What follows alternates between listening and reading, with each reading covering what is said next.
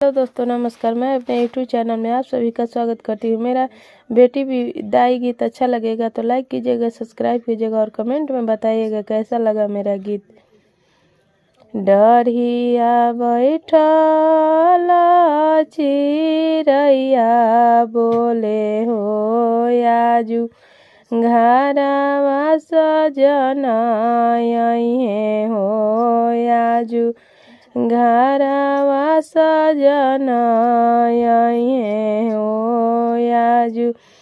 सभावा बैठल बेटी के पापा रोए हो आजू, धियावा सपनवा होइहे हो आजू, धियावा सपनवा होइहे हो आजू।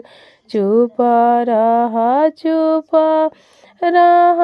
हमारा पापा हो आजू, पापा सुचितवा भइल हो आजू, पापा सुचितवा भइल हो या। डरिया बैठल चिरैया बोले हो आजू, घरवा सजन अइहे हो आजू, घरवा सजन अइहे हो आजू। सभावा बैठल बेटी के चाचा रोअस हो आजू, धियावा सपनवा भइलू हो आजू, धियावा सपनवा भइलू हो आजू। चुप रह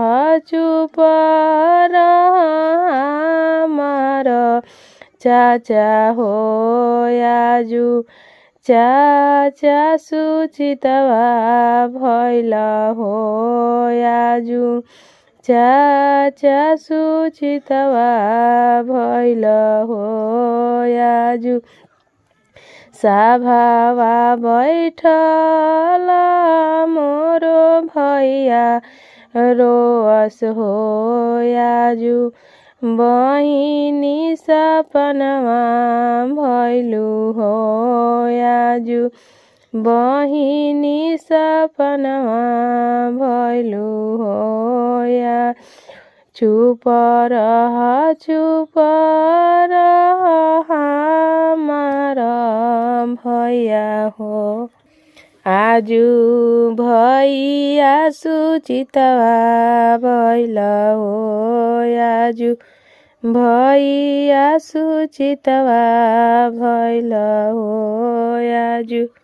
डरिया बैठल चिरैया बोले हो आजू, घरवा सजन अइहे हो आजू, घरवा सजन अइहे हो।